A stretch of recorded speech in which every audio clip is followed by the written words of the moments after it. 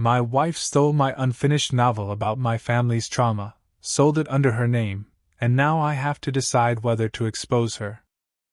I, 32, am a writer. That's a difficult sentence to say because, for the last decade, it's been more of an aspiration than a profession. By day, I'm a technical writer for a software company, a job that pays the bills but slowly grinds my soul into a fine, gray dust. By night, for the last 7 years, I've been working on a novel. Not just any novel, but the novel. It's the story of my grandfather's escape from his homeland during a brutal civil war. It's a story I've pieced together from faded letters, hushed family conversations, and a few fragmented memories he shared with me before he passed away. It's a deeply personal, painful, and frankly, sacred text in my family. It holds the ghosts of people I never met, and the trauma that shaped the man who raised my father. My wife, Chloe 31F, is also a writer, but she's the real deal. She's a freelance journalist with a portfolio full of impressive bylines in online magazines and newspapers. We met in a creative writing workshop in college and fell in love over our shared passion for storytelling. We were supposed to be that couple, the one that sits in a cozy, book-lined study, typing away on our respective masterpieces, occasionally looking up to share a knowing, supportive smile. For a while we were. She was my biggest champion. She was the only person I allowed to read the early, messy drafts of my novel. She would read every word with a fierce concentration, her feedback always insightful and encouraging. She believed in the story as much as I did. Lately, however, things have been tough for her career-wise. The freelance market is brutal. Gigs were drying up, and the prestigious publications she dreamed of writing for weren't answering her pitches. I watched her confidence, once so bright and unshakable, begin to erode. She grew frustrated, cynical, and often stared at her laptop with a look of quiet desperation. She started talking about how tired she was of writing disposable articles about lifestyle trends. She wanted to create something with permanence, something that mattered. I did my best to support her, telling her that her breakthrough was just around the corner. I had no idea that she was planning to build that breakthrough on the ruins of my family's history and my trust.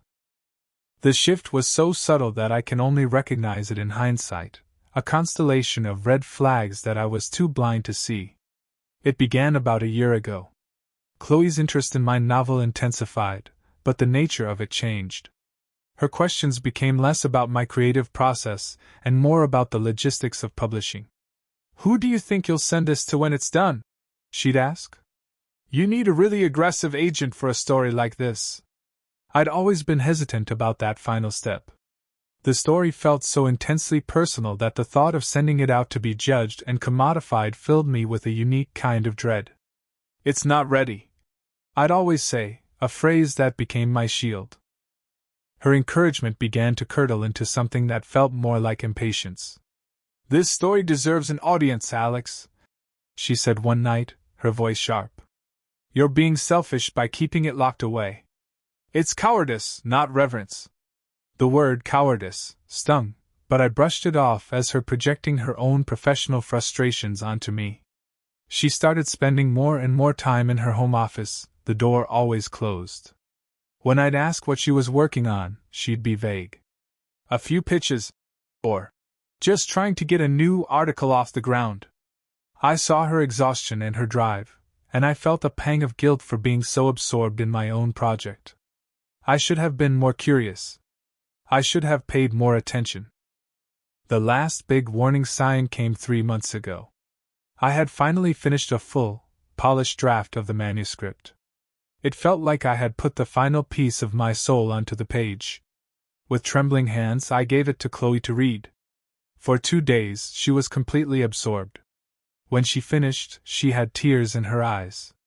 "It's a masterpiece," she whispered, clutching the pages to her chest. "It's the best thing I have ever read."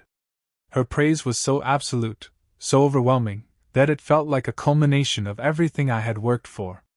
That night she held me and told me how proud she was. It was one of the most validating moments of my life. I didn't notice the strange, proprietary gleam in her eye. I mistook possession for pride. I discovered it by accident. I was searching for an old tax document on our shared cloud server when I saw a folder I didn't recognize labeled simply Project. My curiosity got the better of me, and I clicked on it. Inside was a single PDF file with a title that made my blood run cold. The Dust of a Forgotten Land. It was a title Chloe had once brainstormed for an article, but the file size was huge, far too big for an article. I opened it. The first page was a professional-looking title page.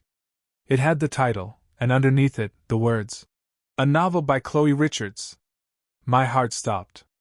I started scrolling. It was my book. It was my grandfather's story. My words, my sentences, my family's soul, laid bare on the page under her name. She had changed things, of course. My grandfather's name was different, the village he was from had been altered, and the timeline was slightly tweaked. But it was undeniably my work. It was a meticulous, calculated theft. Then I saw the other files in the folder: query letters to literary agents, a list of publishing houses, and an email chain that made me physically ill. At the bottom was a contract from one of the biggest publishers in the country. She had sold my novel. My personal, private novel. She had sold it for a 6-figure advance. I didn't storm or yell.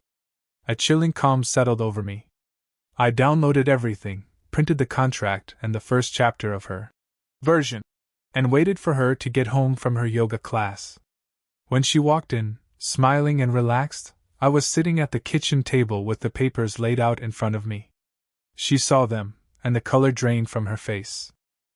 "Alex," she began, her voice a faint whisper. "Explain it," I said, my voice flat dead. And she tried. The words came out in a torrent of justification. "I did it for us. You were never going to do it. You were too scared. This story was too important to die on your laptop. I knew I could get it out there, I knew I could get it published. I edited it, I polished it, I made it marketable. You stole it," I said, the words finally finding their fire. "You stole my family's history and put your name on it." "I preserved it," she screamed back, tears streaming down her face now. "I gave it a life. This is our ticket, Alex. Think about what we can do with that money. You can quit your job. You can write full-time. I did this for you." The idea that she could twist this into an act of love was so monstrous, so fundamentally warped, that I felt like I was looking at a stranger. "You didn't do this for me," I said, standing up, my whole body shaking. "You did this for you. Because you couldn't stand to see me create something you hadn't. You're a parasite." The word hung in the air, ugly and final. The fight was over. Our marriage was over. I just didn't know it yet. I left that night. I packed a bag with a few clothes and my laptop, the one containing the original manuscript, and went to a friend's house. For the first few days, I was in a state of profound shock.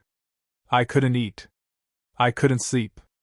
I just sat on my friend's couch, staring into space, replaying the last year in my mind, reevaluating every conversation, every encouraging word from Chloe, and seeing it all through the new, horrifying lens of her betrayal. Every memory of her supporting me was now tainted. It wasn't support, it was reconnaissance. The grief, when it hit, was an ocean. I was grieving the loss of my wife, the woman I thought I knew and loved. I was grieving for our future, for the life we were supposed to build together. But there was a deeper, more complex grief, too. I felt I had failed my grandfather. I had taken his painful story, the most sacred thing our family possessed, and I had allowed it to be desecrated, turned into a product to be sold by the person I was supposed to be able to trust above all others. The shame was suffocating. My life ground to a halt. I took a week of sick leave from my job, unable to face the mindless task of writing technical manuals. My friends were supportive but didn't know what to say. How do you advise someone in a situation this bizarrely specific? A few of them, the more pragmatic ones, immediately said I should hire a lawyer and sue her into oblivion. But the thought of that made me feel even sicker. It would mean a public lawsuit, depositions, articles in the news. It would mean taking my family's private pain and making it a public spectacle. The very thing I had been so afraid of when considering publishing the book myself would happen anyway, but in the ugliest way imaginable. Chloe had trapped me. To reclaim my story, I would have to destroy it in the court of public opinion. It's been a month now. I'm still at my friend's place. Chloe has been bombarding me with texts and emails. They are a confusing mix of groveling apologies and bizarre justifications. She says she knows what she did was wrong, but in the next paragraph, she'll talk about how the publisher is already planning a marketing campaign and how the early reviews are incredible. She's offered me all the money from the advance. She's even suggested we could secretly co-write the sequel, as if this is some creative disagreement that can be patched up. She doesn't seem to grasp that this was never about money or fame. It was about trust. It was about sanctity. The publisher's marketing machine is starting to ramp up. I saw an article online yesterday, an interview with Chloe where she talks about the deeply personal story behind her debut novel. She was vague, but she alluded to it being inspired by tales of human resilience she'd heard throughout her life. Reading her words, her lies, felt like swallowing acid. The book is set to be released in 6 months. The clock is ticking. My lawyer says I have a very strong case. I have the original files, the time-stamped drafts, the letters from my grandfather. I could prove authorship without a doubt. I could get an injunction to stop the publication. I could destroy her nascent career before it even begins. And a part of me, the angry, vengeful part, wants to do exactly that. I want her to feel the same humiliation and loss that I feel. But then I think about the cost. The public battle. My family being dragged into it. My grandfather's story becoming tabloid fodder. And what would be left for me at the end? I would have my story back, but it would be scarred and battered.